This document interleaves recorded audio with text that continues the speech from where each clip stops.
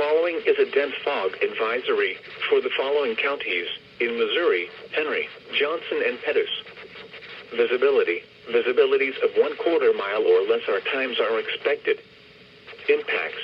Dense fog will make for hazardous travel early Monday morning until a gradual improvement after sunrise. A dense fog advisory means visibilities will frequently be reduced to less than 1/4 mile. If driving, slow down, use your headlights, and leave plenty of distance ahead of you.